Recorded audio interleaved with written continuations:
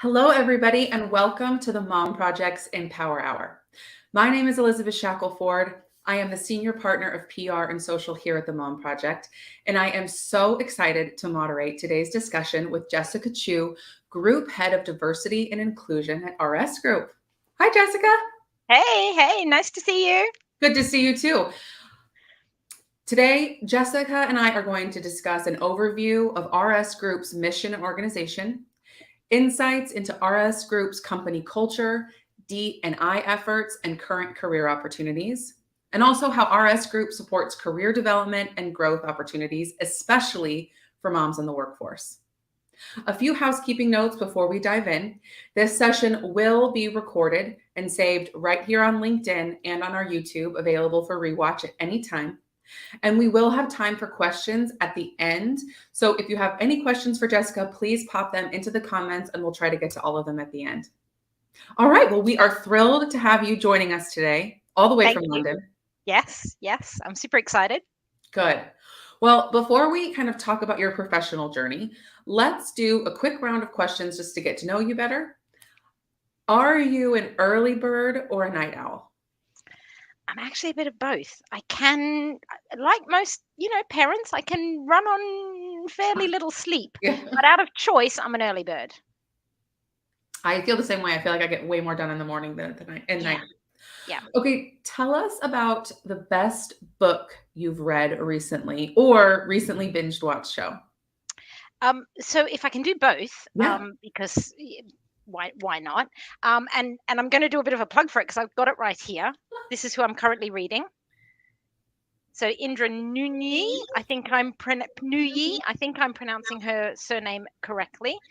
She is the former chairman and CEO of PepsiCo, and it's fascinating, her book. So if I can do a plug, there we go. It's a really interesting read, and I'm learning lots. As immigrant and mum and sister and everything else. It's a fascinating read. And my binge watch at the moment is Slow Horses, which is a British mini series. Is that translate across the Atlantic? A British mini series. And yeah, I'm a bit hooked. My husband and I try to binge watch a few episodes every night. Okay, I'm gonna have to look that one up. And then I also wrote this book down. Yes, it is good. Oh, I love it. On their last few mPower Hours, everyone's had the book handy and they've been like, here you go, which is so helpful to see the cover. So thank you for putting that in there. Yeah. Tell us about your best productivity hack. It has to be the fridge calendar. As a working mum, 2 kids, actually my productivity hack is fridge calendar translated into Outlook or whatever your work diary is as well. And put time in your work diary for those school events as well. So block them out, fix them in so that it's not like you're trying to juggle a webinar while trying to pick up the kids from school or something else. So take the fridge calendar, translate it into the work diary as well, has got to be my productivity hack, because these things have to happen. They don't just get done by somebody else. They have to happen. And at the Mom Project, we feel very empowered to put all of those things on our calendar. It's the first place I've ever worked where we've done that, but it's so empowering to be like, I have to pick up Fiona from school at 3:30. Yeah. It takes me 20 minutes. I've got to put it in there because otherwise social services will be on my door going, you left your daughter at school. And at the Mom Project, we talk a lot about superpowers. And so can you tell us what your superpowers are?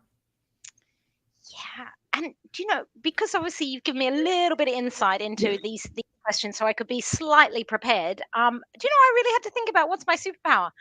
And then I kind of thought, as a family, we talk about kindness and curiosity. So we want you to be really curious out in the world, respectfully curious, so that you can learn and think about just the sheer diversity of the world and learn from other people, but do it with kindness. And so I think my superpowers are curiosity and kindness. Oh, I love that. Well, and I'm sure that also relates to your career journey and how you got to where you are today. So let's dive into that. We'd love to hear about your career journey. Where did your career begin? And then kind of how did you get to where you are today? Yeah. Oh, now how long do we have? I'll give you the abridged version. So some of you may not recognize or realize, but with this accent, I am not British. I am Australian. I have been here 23 years, and I left with a rucksack, a backpack, a satchel kind of on my back, and went, I've got to go and see the world. Um, I fell in love with London, as lots of people do, and decided I just had to stay here versus heading back to Australia after 6 months. Got married here, had my children here, and kind of started working the minute I arrived because, coming from Australia on your Aussie dollars to the British pound, at that point in time, they didn't equate to much. And so started working, and I'd come from financial services in Australia, and kind of slotted into financial services here in the United Kingdom in very junior roles because I was very young at that point in time. Um, but probably about 12 years ago, I was a project manager and kind of got a bit of a tap on the shoulder from a headhunter who was looking to fill a role that was proving a little bit tricky. Um, and so I said, yeah, throw my hat in the ring. I'll interview, see where it lands. And funnily enough, went through the interview process, got the job, and when I met the stakeholder, it was for one of our big banks here in England, and what they were trying to do was increase the volume of women within their investment banking arm of the Mm. bank. And so really started my D&I journey back 12, 13 years ago now, with a primary focus on gender and increasing the volume of women across banking, and stayed there for a number of years. Have moved across different banks doing similar roles, and then kind of 4 years ago thought I need a change of sector, and saw the role at RS Group and decided to kind of throw my hat in the ring again, as we do. Went through the interview process and have been here 4 years now as the group head of D&I. Clearly, we focus on a lot more than gender now, and I think the road around diversity and inclusion across corporates and societally where we view it now. There is so much and so much nuance in it that the role is quite enormous now. But yeah, love every day of it. Oh, we love hearing about the winding journeys of careers and how everyone got to where they are because very, very few paths are linear. Oh, mine's like a Z going. Yeah. Yeah. Yes. And I think whether you're starting out, whether you're returning or whether you're trying to, change industries, sometimes you forget that. You're like, why am I not, but it's all a journey and every position leads you to where where you are today. Yes, yeah, absolutely. And I think it was my project management skills that they were looking for, that they saw it as a finite project. They didn't realize actually the longevity of diversity and inclusion and the challenges around increasing the volume of women in banking. And Hmm. so actually it was those skills that got me the role, and it became a learning journey for me. Oh, oh, I love that. No, and did they find those? Did they like seek those? They saw probably that skill set in you, and were like, Yeah, yeah, I think it was they had an external vendor on site as well to begin with, and of course they wanted somebody to work with that external vendor to implement different programs that they thought would increase the volume of women. The external vendor we worked with, they were so um, just inclusive. That's just the wrong word to use, isn't it? But they were so inclusive of me and being able to say, here's the content, here's what it looks like, here's this, here's the challenges. They just gave me all of their knowledge over the space of about 6 months, and that I was absorbing it and just taking it on board. And then my curiosity, my kind of innate curiosity anyway, just started pulling on the threads. And I'm like, but what about this? And what about this? And what about this? And, with my surname, my husband's from Vietnam, I've got mixed race children. It was all of this curiosity around it, and what does it mean, and what does it look like, and why is legislation like that, and well, why would we do that? That is just wrong. Why wouldn't we change that? And who cares if that's how it's always been done? Let's really unpick it and start again. And so yeah, for me, I think it was my innate curiosity and the willingness of these two women to share their knowledge with me. It just got me hook, line, and sinker. oh, well, it goes back to the impact of moms as leaders. Yeah. Well, and for those who are watching who don't know, can you tell us more about RS Group and its mission? Yes, yeah. So again, as you say, we're not a highly known brand. We're not a Google, or Citibank. So I'm trying to think of some brands off the top of my head that are US centric. But so RS Group, we provide products and service solutions to help our customers. So we help them design, maintain, repair, operate industrial equipment. So we provide the industrial equipment to them so that they can, repair and maintain equipment. We stock roughly about 750,000 industrial items. We interact and source from over 2,500 suppliers around the globe, and we've got about 1.1 million customers. And so it's a growing business. It's really, we keep growing through acquisition.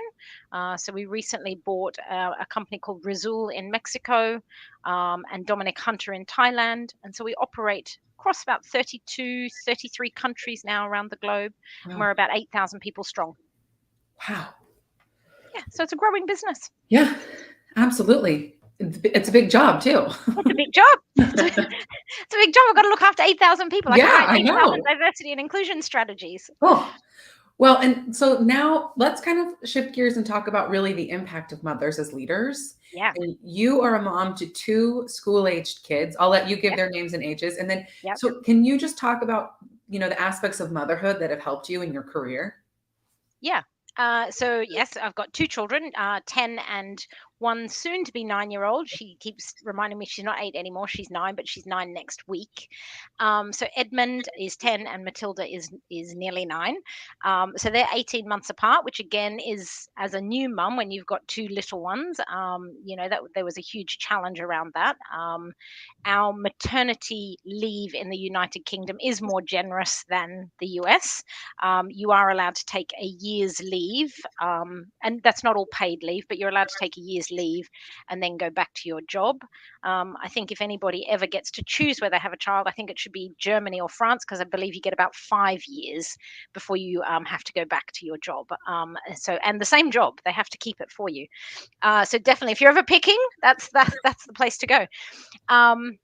So two children, had them, and Edmund was 5 months old when I went back to work full time, and so he went into the kind of the nursery system and was looked after in daycare and nurseries.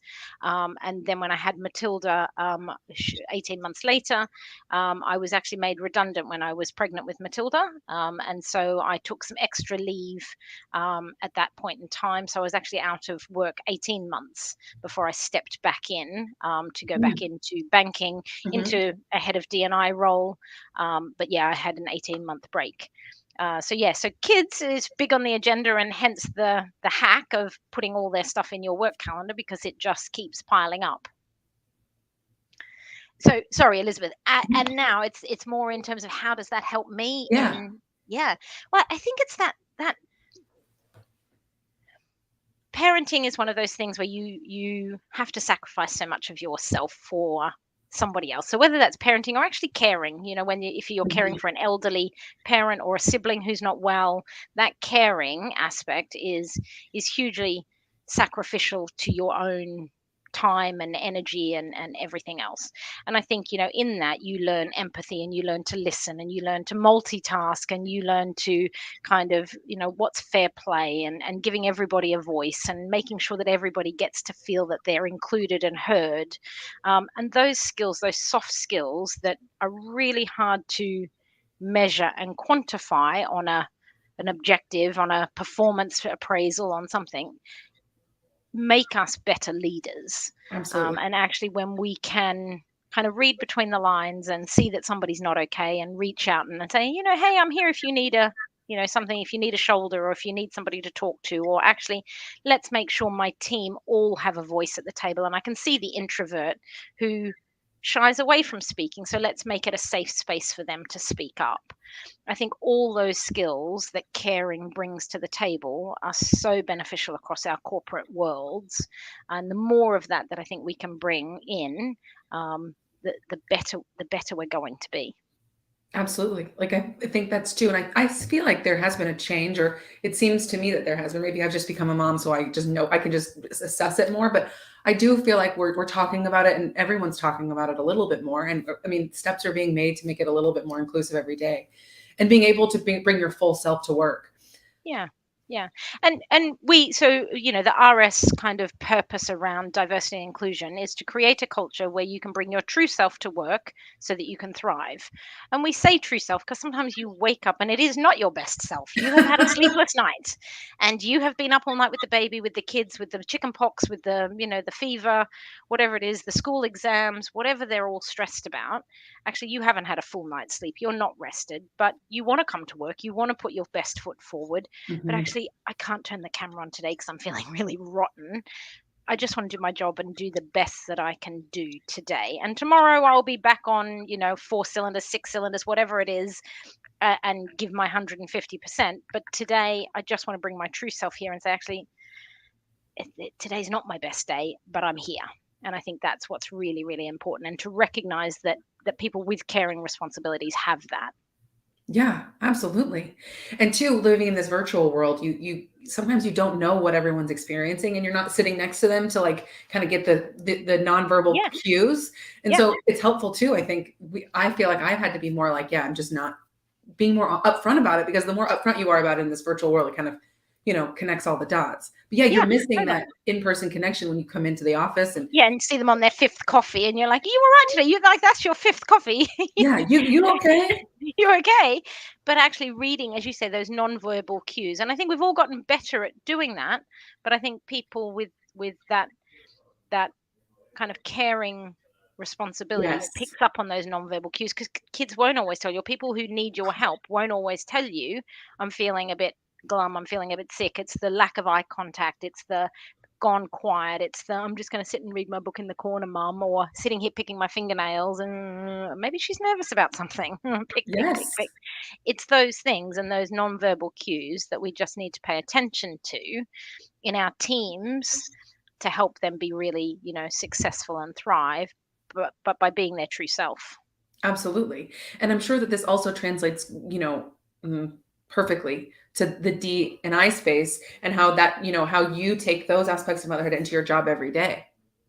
Yeah, yeah, absolutely. Because the amount of people, so I sit at group level, so across the 32, 33 countries that we operate in, across 8,000 people, and we I kind of joked I could write 8,000 strategies because everybody's individual and everybody needs something nuanced from us. But actually, what is our focus around diversity and inclusion as a group? What are we saying is important to us as a group? And we have four main priorities. So one is well-being, which is we say four, but it dovetails. So mental health and physical ability, LGBTQI plus, gender and ethnicity or race. So there are our four priorities. And of course, the nuance in all of that, country by country, legislation by legislation, but individual by individual.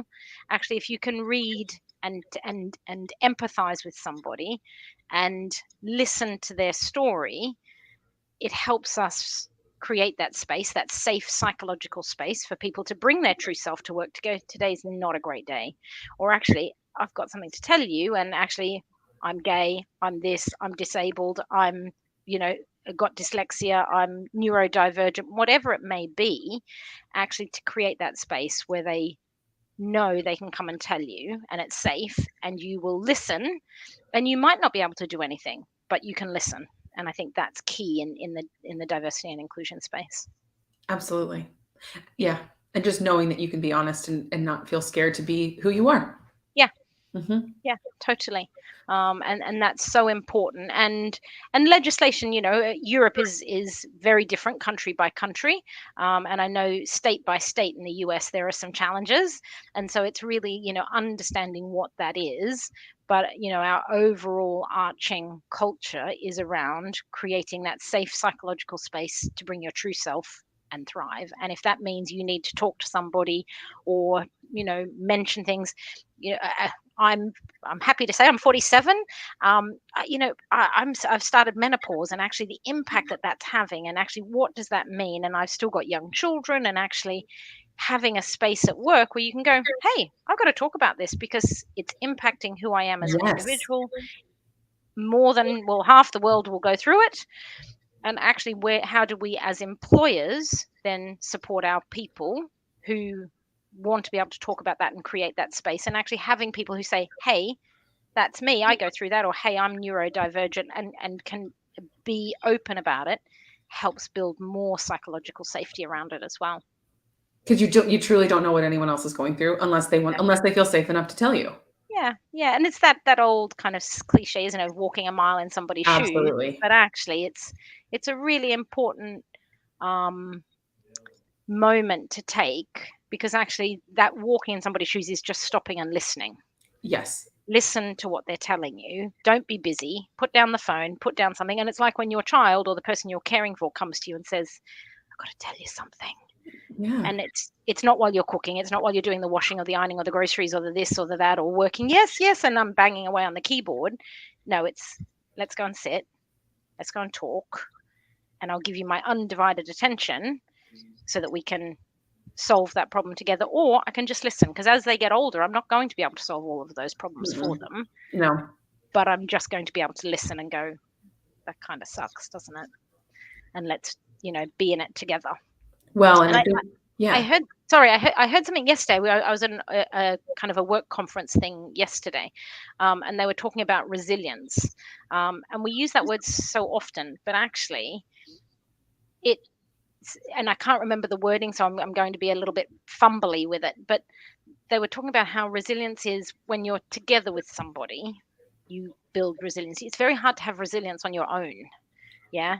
But actually, when you're a team or a partnership or a duo or whatever it might be, you build resilience. And actually, that's it with the person you care for, is we're in it together. And so actually, as a mum, it doesn't matter. We can do this together. We've got this. You and me, we're a team. Teamwork makes the dream work. We've got this. And actually, then if you translate that across your team is more resilient because you've listened, you're empathic, you're taking time, and they build that resilience and they can keep coming back. Yes, you've established that. It's Mhm. literally the exact same thing as with your team or as in motherhood. Yeah, yeah, totally. And it just translates so easily across when you think, actually, I did that last night with my son. Now I'm doing it with my team member. What do you Yeah, need? yeah, yeah. What do you need? Let's just sit and talk for Yeah. 15 minutes. And I think that really builds strong teams and shows really great leadership as well. Yeah. I learned so much on these, and I have 2 young children, so I'm like, Fiona really doesn't come to me with her problems yet because she's 3 and just can't Yeah, really talk to me about everything, but I'm just yeah, thinking about what the future looks like, and I learned so much from my colleagues at the Mom Project, all going through different phases of motherhood and yeah. so I'm just like, Jane learned so much from us earlier. she did. Yeah, but before this, we were telling Jane all about the trials of pregnancy and whatnot. But yeah, I think going back to what you talked about how your superpowers are kindness and curiosity, and I'm sure you've talked about that with your kids from such a young Mhm. age, that just hammers into them like, I am here, I'm interested in you, we'll figure it out. Yeah. Well, because we walk to school, and I'm very lucky. We walk and drop my son, which is about a 3-minute walk, and we walk a bit further down the road, and I drop my daughter, and I turn around the block and come home Yeah, to home. Um, and we kind of say out the front of the school, what's our family motto? And it is to be kind and be curious. And that's our family motto, and we say it every day as we walk to school, so that they go in wanting to learn, like be yeah, curious. Like this is you get to a certain point in childhood and you're so itching to be an adult, and you're yes. like, oh, as an adult, if I could just go back, if I could just go back and No, have that live time up. to just learn, to just play, to not have responsibilities and accountabilities. But I think it is, you know teaching them that, but also then living that yourself, I think, is really important. And they see it every day in you. Yeah. Oh, so many lessons. Well, and we've kind of touched on this, but I'd love to hear more about, how your perspective on your career changed after you became a mom. Yes.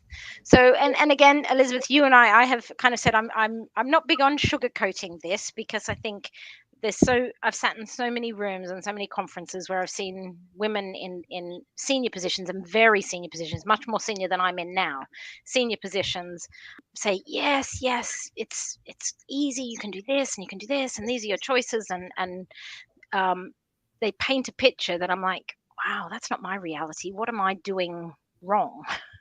What am I doing wrong? Because I just don't see it like that. Mhm. Um, and so I think there's this real acknowledgement that needs to happen for people who have caring responsibilities, that says, at a point in time, you can't have your cake and eat it too. There is a sacrifice, and there is a sacrifice to your career, or there is a sacrifice to the people you care for, or there is a sacrifice to your free time, your hobbies, whatever it may be. But there has to be a sacrifice because you've added so much more to your 24 hours a day that actually something has to give. So you can either outsource, and if you are economically able to do that and that's your choice, that's great. You can outsource a lot of your cooking, cleaning, washing, ironing, childcare, Mhm. washing the car, whatever it may be. You can outsource that, and that's great. There is a large portion of the population who can't afford to do that, and the acknowledgement of the fact that I have to do my own washing, ironing, cooking, cleaning, and my childcare actually has an impact on what I can do. So it makes me much more efficient at work, and I'm a much better multitasker. But I have a finite period that I can dedicate to my job. Mhm. So off the bat, I do a 4-day week. So I'm Monday to Thursday. So I don't work Fridays at the moment. Where I think we need to acknowledge it is it's okay for your career to kind of be on an upwards trajectory and then to plateau for a while and then to hit another kind of second wind or second trajectory. Uh, I call them kind of BC. So before children, I had this career that was going up, up, up, up, up. Then it plateaus, and then there's the after kids kind of thing when they're old enough where they don't need me full time. I don't need to be around to make sure dinner's cooked and homework's done and have you done this and did you clean your teeth? No, did you clean your teeth? No, did you clean your teeth? Like actually, did you actually clean your come here and let me smell your breath and bring your toothbrush with you? That's not needed. It's their older teenagers. And when I say older, 12, 13, 14, where actually I don't need to check on them all the time. So I'm not too far off that next kind of upwards trajectory. But I think we need to acknowledge that and recognize it and say it's not a bad thing. It's not a bad thing to go, I'm going to plateau for a while and I'm acknowledging that I'm going to step back a little bit. And I'm not going to be able to go to all the networking events and breakfasts and dinners and lunches and this and that. And I don't have time. But by the time I add my commute on, if I'm in the office, Yeah. actually, I don't have time for that. And I don't want to. I want to be home with my children to have dinner. And it's okay to say, I want to be home with my children. You shouldn't feel guilty about saying, I had them, I brought them into this world. I want to be with them while they want to be with me. We feel guilty sometimes going, I just want to be with my kids. I don't want to network. Like, sorry. It all sounds really nice with the champagne and the canapes. Actually, I'd rather my, slushy that was made at home sitting on the beanbags watching Jumanji. Where's Yes. the kick? And it's okay to acknowledge that, and it's okay to say this is what I want right now.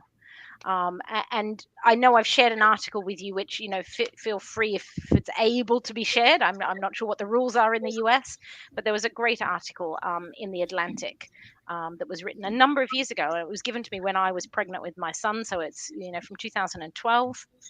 And yeah, amazing kind of just her journey that, and I'm going to read her name because I don't want to get it wrong. Anne Marie Slaughter, I'm going to say, is that Mhm. how No, you that's say it in right. the That's right. US? Yeah. Yeah.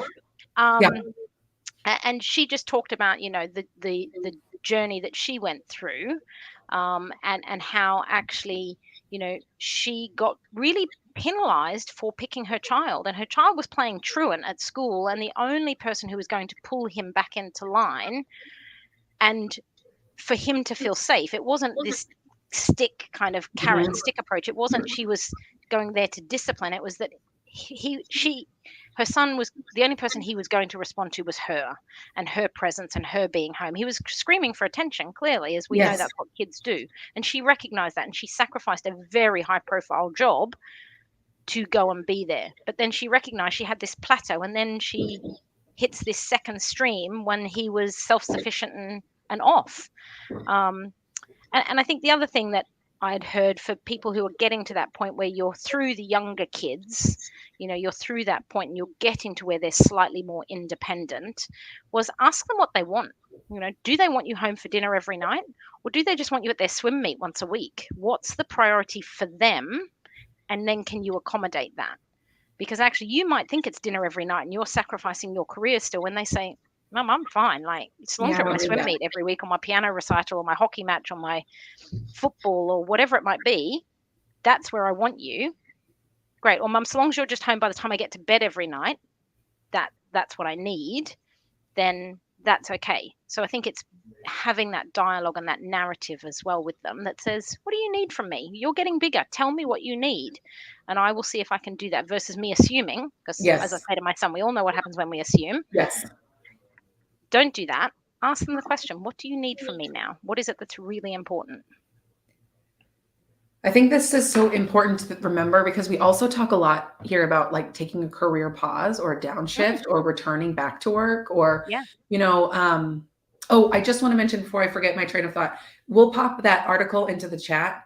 It's behind a paywall, but fingers crossed that you can access it, but we'll put it in the chat for you.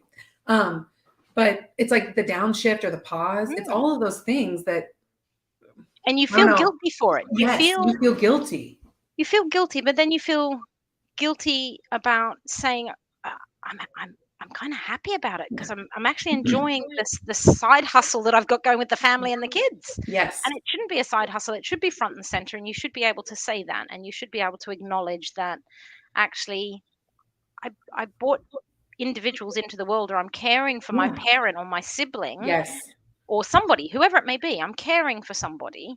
And actually, in society today, when we look at it and just the hate and just the I can't think of a better word than the hate that we just see across media, that's just talks about everybody who doesn't like it, and it's seemed as funny. Oh, I stole somebody's chair, I did this, I did that, I kicked somebody, oh, they deserved it. Just being able to be there and be with somebody and teach them kindness and teach them love and is so key to our society going forward. And the impact that you make on one person. I thought about this to myself today. I was like, something was happening, and I was like, but the impact that you make on one person like expands exponentially. Mm, So it's like you don't know what you're doing. The thing that you might be thinking is insignificant might not be insignificant in that person's life.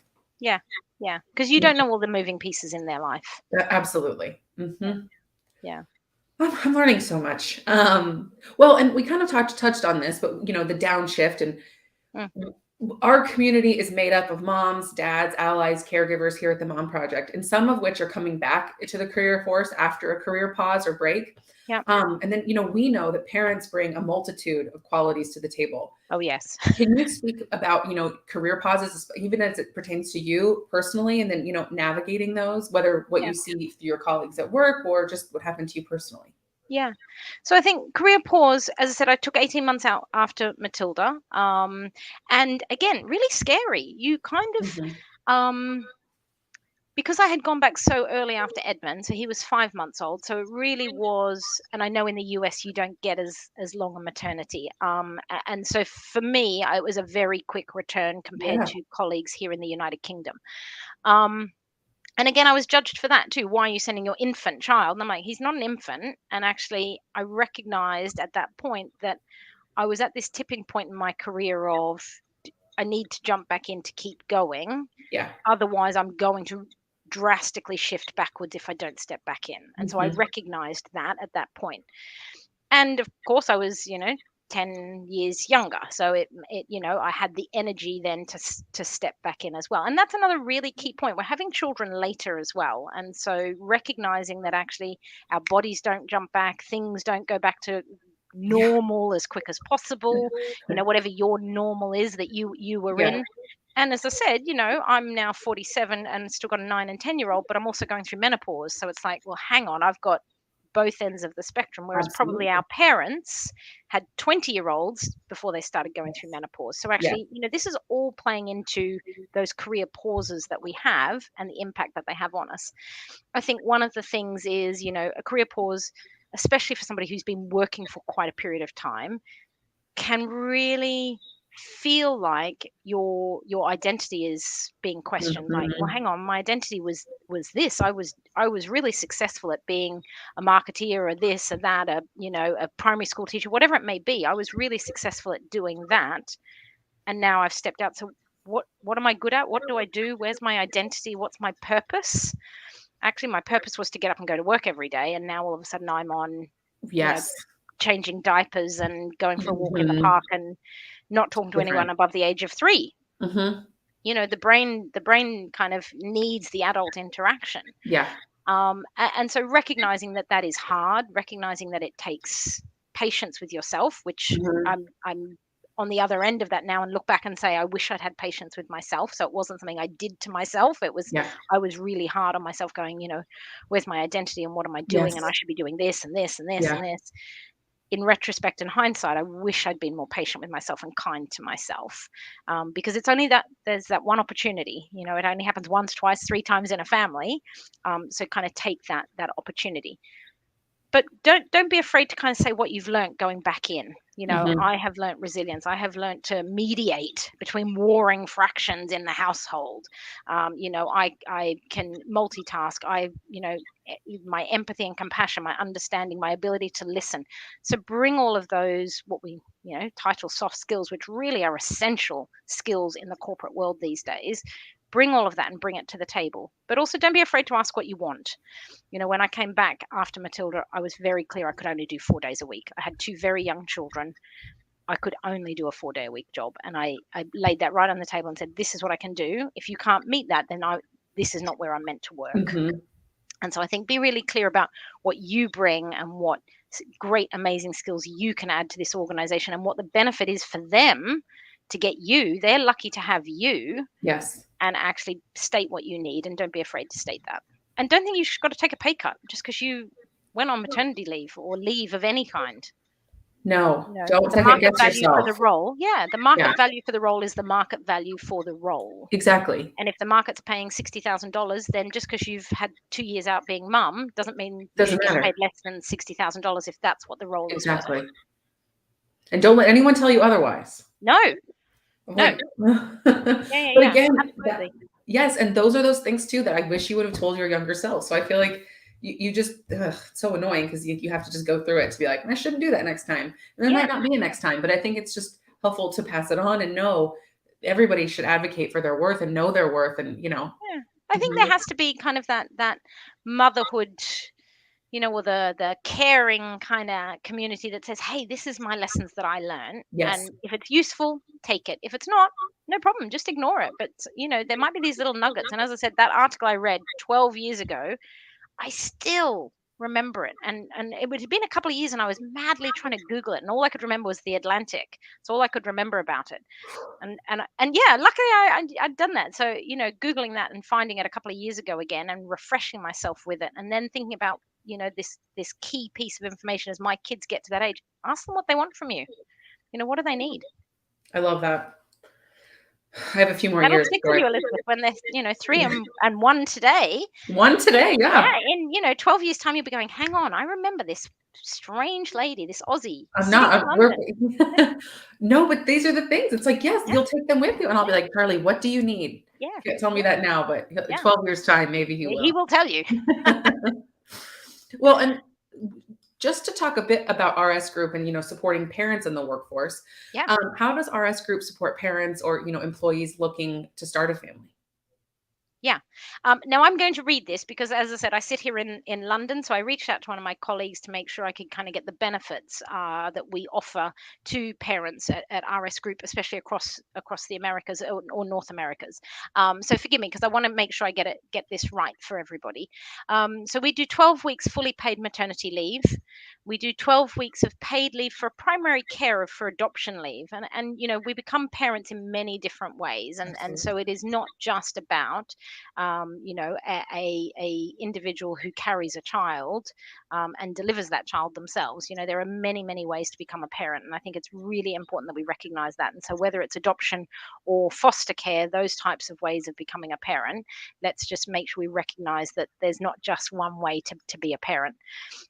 We give 2 weeks fully paid and 10 weeks unpaid for secondary parental leave. So that's if you're both working in the organization. We give 2 weeks paid for new foster parents. Our bereavement leave includes miscarriage.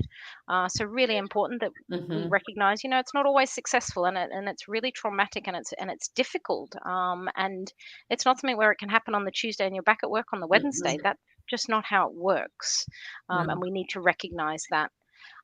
We've got coverage and support for fertility services for all of our employees, regardless of gender. And we've got on-site lactation facilities, because obviously if you're coming back to work and you're still breastfeeding, you need to be able to express that milk. You need to be able to store it. It needs to be able to stay refrigerated, and you need privacy to be able to do that. Yes. And so it's really, really important. And our business, it's a massive warehouse, and we've got an office in Fort Worth in Texas, but we've also got dotted locations around the globe. The lactating facilities are within the main site in Fort Worth in Texas. But if you think of a big kind of warehouse, it, zero privacy, zero Ugh. anything. You've probably got a toilet cubicle. So actually having those facilities where Yeah. you can come off the kind of the warehouse floor, go into somewhere private and use the facilities, I think is really, really important. And then we've got the hybrid working as well. So some of our roles are on site. You're packing boxes, you're on a production line, but our office roles and those kinds of roles, where it's possible, the hybrid option is being offered. Oh, that all sounds great. Yeah, and we're learning as we're going.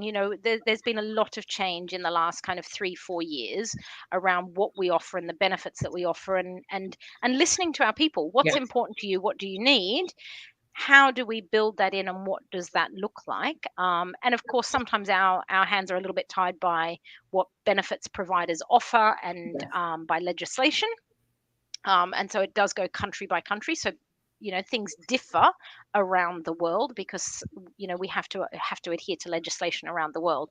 But really listening to our people and saying, what's important, what do you need from us, what really attracts you to an employer when you're Yes. thinking of returning to work, or you're going to a new job. What attracts you to an employer to make sure that you can be your true self and Yes. thrive? And you can bring Yeah. your full self, and you don't have to Yeah. worry about where you're gonna pump. Lactate. Yes, Like, how am I going to express milk if you don't give me the facilities? That means I can't return to work. So I'm exactly. being penalized because I'm still breastfeeding, which means I can't return to work. And economically, I need to return, and I want to return. Right. So, we need to be able to provide those facilities. And for those watching, we will post the some available open opportunities through the Mom Project Yeah. in the chat, so you'll be Yeah. able to see those. Yeah. And as a reminder, we do have time for a Q&A. I see one great question, which we'll get to because I think I saw one come through.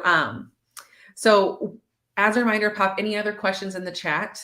And then the last question really on my end is we've been talking a lot about the Mom Project about how you don't find balance, you have to create it. It's not like, Yeah. it's elusive. We can't Yes. find it.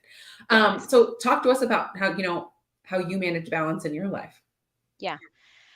Um, it's a good question. I know.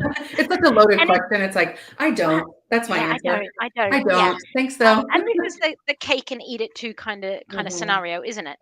And I think it's about the flexibility of your employer more Yes, than balance. absolutely. Um, so as I said, 4 days a week.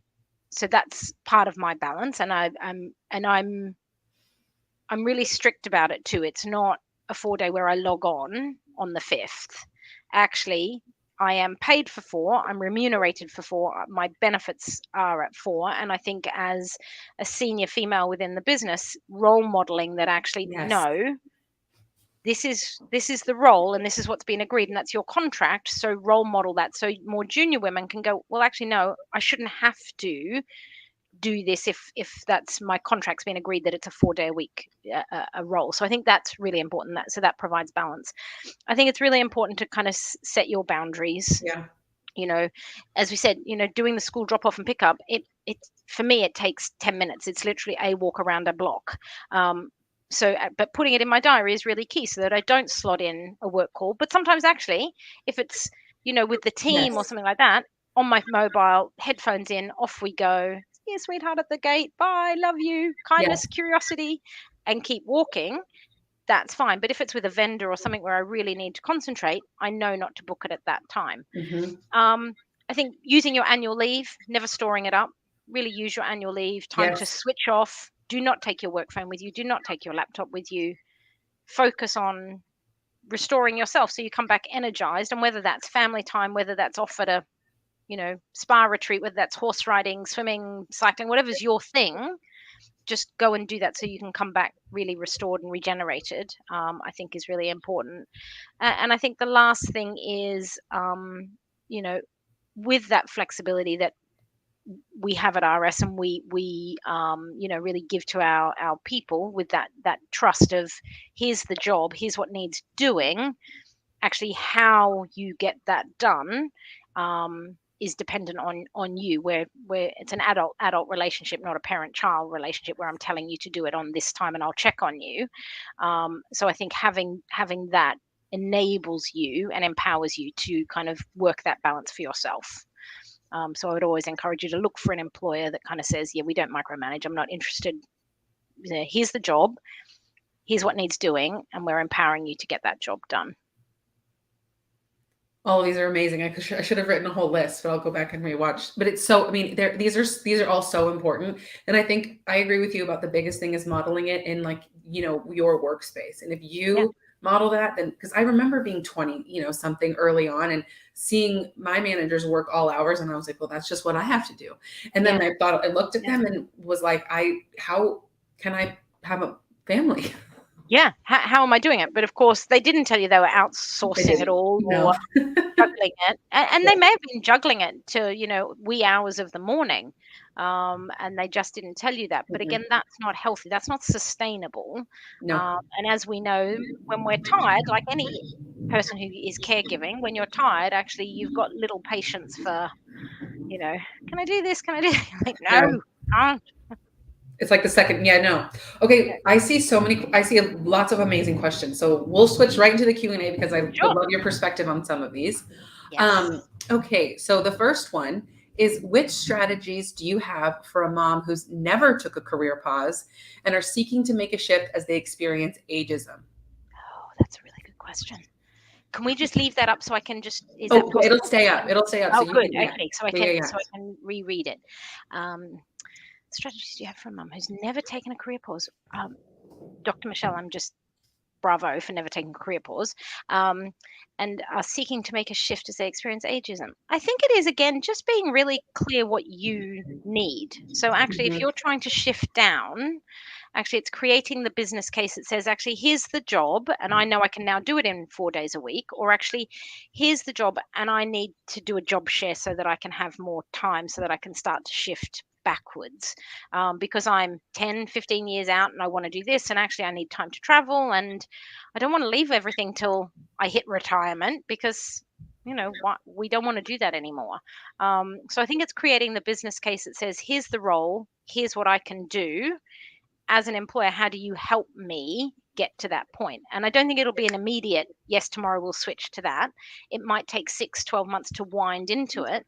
But I think definitely having the conversation that says, this is what I need, and here's the business case for it. Here's option A, B, and C, which might be a 4 day a week, a job share, you know, flexible times, so that you can start and wind things down so that you get the time that you need. That's a great answer. So hopefully that helps, Michelle. Stacy asks, I am a new empty nester and have waded through challenges of being a working mom. How can I, as a people manager, use my experience to positively support moms on my team? Stacy, in so many ways. As a new empty nester, you have time on your hands. You're hitting this. You know, you finished the plateau and you're on the upward swing again. So definitely, the Atlantic article is one you definitely want to read, Stacy.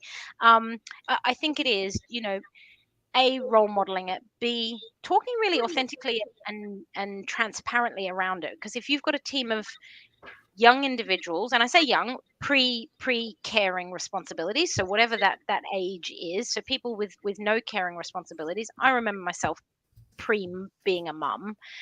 I didn't understand the sacrifice. I didn't understand, well, how come Mhm. she's getting to leave at 5 o'clock and I've got to sit here working? It's like, oh, I would swap with you any day of the week. Like, come on, you know, that shift. So I think it's being really authentic, talking about your own experience, talking about the pitfalls, you know, and asking what they need from you is a key thing that we're learning more at RS. Is ask the individuals, especially if they're new mums, what do you need from me? How can I help you? How can I support you?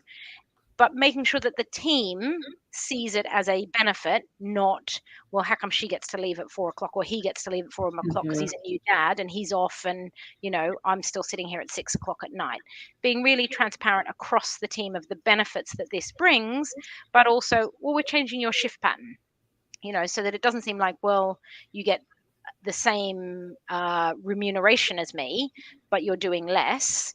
Actually, how do we make this work as a team?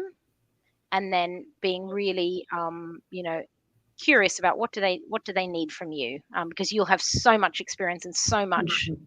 guidance to be able to help them with, that they'll value it, in bucket loads. Agreed.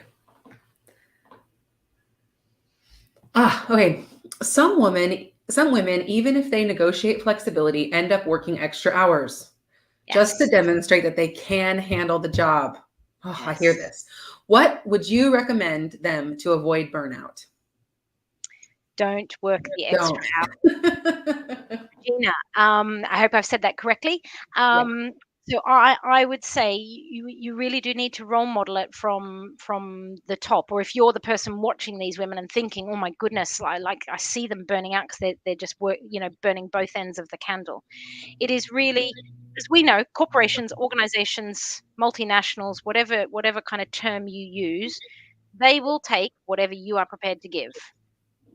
It's that simple. They will take whatever you are prepared to give. If you are prepared to work 7 days a week for 5 days pay, they will take it.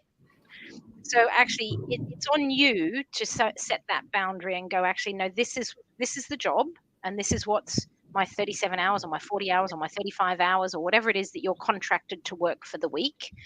This is what's reasonable to do in that time.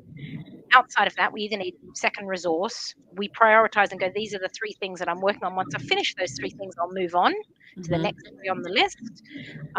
Or sometimes it's up sticks and go to an employer who actually does give you that, because actually your skills and what you bring to the table will be so valuable that actually that they should be aware of that. And so I think it is, set your boundaries, be really clear, kind of define what it is, stick to it. And but also there's that flex if it's that odd occasion. So I know sometimes, I'll look at something at 10 o'clock at night because I've been doing school stuff and I'm there finalizing stuff and fixing it, because actually I know what my job is and I'm not being clock watched. So if it is that you're getting that flex in the school Mhm. pickup time, Yes. then there is that expectation that if the job needs doing, you'll still do it into the evening. But that's my choice. It's not doing it every day. It's not because there's so much in the job description you can't. It's not one person's job. So hopefully that helps. That was really amazing feedback. And I think it's hard as a type A person like myself to try to scale it back, knowing that I should be Yeah, doing more, I should be doing more. But I think there's only so many hours in the day, and you have yeah, an endless amount of responsibilities, both at yeah, work and at home. And like it has yeah, to, you have to yeah. figure out what that balance is. And Exactly. yeah, And two, I like my house nice and clean and tidy. I like to do a home cooked yeah, meal. I like the kids in iron school uniforms. That doesn't outsource either. That's stuff between that my you have husband to and do. myself to get done. Yeah. Well, and this kind of ties into this. How do you professionally push back when the leaders don't respect boundaries? Oh, that's a that's a great question, and that's a really hard question to answer because it's, and is it Shamina? I'm going to say. I'm hoping again I'm pronouncing that correctly. Um, there, it's having tough conversations, isn't it? Mhm. It's getting comfortable with the uncomfortable conversations, which again, sitting in the D&I space is something that we just have to kind of dive into. But I think I would kind of suggest booking time. So make a meeting appointment with the person, set out what you want to talk to them about. Say that the impact that it's having on your health, your mental health, your well-being, actually, the role you keep kind of overloading, um, my day, you keep kind of pushing into my calendar, whatever it may be. But I would go in, book an appointment to see them, set out an agenda, write your notes. But as hard as it is, try and take the emotion out of it as well. I would try and go with the business case of why, but also talk about how it impacts on you. But when it's so emotive and it is so impactful, sometimes we sit there and we can't help it, whether it's male or female. Sometimes it's emotional, and Yeah. try to go into it with with leaving that at the door, but talking about the impact that it has on you. And hopefully that will resonate with them. And again, really try and get some support then across other people within the business as well. And I think this will be our last question before we have to close out. We could probably keep this conversation going all day. Yeah. So many great insights. But okay, Lauren asks, I spent Yeah. the last 9 years at home with my kids. Yeah. How can I highlight my experiences as a mom as I try to jump back into the workforce? Yes. So there's programs as well, Lauren, for kind of returning to work. So there are returner programs or returnship programs. I'm not Yes. sure if that's the terminology used in the US. Yep. Um, so definitely looking at organizations where they kind of say you've had a gap on your CV. That's fine. What was it that you did previously, and is that the role that you're trying to get into? And a lot of those returnship programs then have kind of the mentoring and the upskilling to get you back up to speed. um, I think those programs are so beneficial to somebody who has a gap on their CV, whether it's veterans, whether it's Mhm. caregivers, that type of thing, because actually it says, I'm not going to judge you for how long that gap is on your CV. We value the skills that you had, and actually you've probably developed a whole heap of other skills while you've been Yes. off being a mum Yes. or a caregiver. And actually, let's add those skills to your CV, but also put some scaffolding around you to make sure that you're really successful when you step back into the workforce to set you up for success. In a previous organization, we're just starting to look at returnship programs for RS Group. Um, but in a slightly more mature organization that I was in previously, we had a lady who had been doing a role and she'd taken a 25-year gap. And she did not think she was going to step back into the workforce ever. But she had been a key kind of role that hadn't fundamentally changed all that much over 25 years. And so she interviewed, she got the job. We said we're not really interested in the gap. These programs are set for a finite period as well, Lauren. They're normally 9, 12 weeks. You then at the end Mhm. decide, do you like them? If you do, if they like you, it's a bit of a try before you buy. She liked us, we liked her. We put the scaffolding around her to make sure she was successful. And since then, I think she's been promoted like once or twice since then, anyway, of going back into the role. And that's about 5 years back now that she joined that organization. So I think it's looking for the right organization, looking for a returnship program, making sure that they put the scaffolding in around you, but really big up the skills that you've learned. If you've been a governor in a school, if you've been helping as a Yes. TA, if you've been, doing reading at schools, if you've been, organizing fundraising events, if you've been doing all these things that we do as caregivers, the treasurer of the PTA, the this of whatever, Mhm. like the list is endless off the side of my CV. If you can bring all that to the table and talk about it with the right employer, that they'll absolutely love it. But yeah, I look for those returnship programs. Yes, absolutely. And I love the idea of building that scaffolding around you. Like, I Mm, think that's such a great analogy for what you really need as you re-enter the mhm. workforce. And And Lauren, sometimes that's yeah, your home scaffolding as well. yes, So who's going to do what? Who's responsible for pickup? Who's responsible for dinner on Wednesday nights? Who's doing the grocery shop? Who's doing such and such? And especially if you've got older dependents, actually, what's your job? The dishwasher and the washing, and that's your job, yes. and that's your job, and it's all on the fridge calendar, and everyone knows what they're doing to help mum get back to work.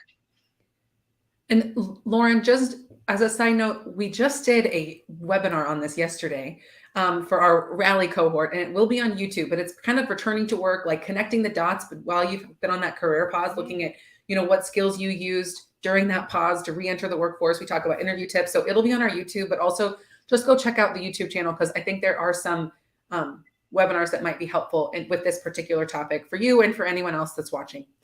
brilliant. Jessica, thank you so Thank much. you. This Thank has you. been such an absolute pleasure. The chat, I mean, like I've just loved seeing I all these can't see comments any of and the chat, so I'm curious now to I see what's in it. yeah, no, it is really like we've had such lovely conversations and I think your advice and your words of wisdom and your journey have inspired, I know have inspired me and have inspired the people watching. So thank you for being candid and sharing your wisdom. We really appreciate it. And this has been such a lovely Empower Hour. Oh, thank you so much for having me. Really, really have enjoyed it, and hope I've shared something useful for people to take away. I'm going to think about it 12 years later. You will, you will. Trust me, it will Yeah. it will come forward and you're like, I remember that I'll send now. you a LinkedIn message and be like, Yeah. 12 years ago, you might not remember me, but anyway, thank you all so much for joining us today. We will see you at the next one. Bye. Thank you. Bye.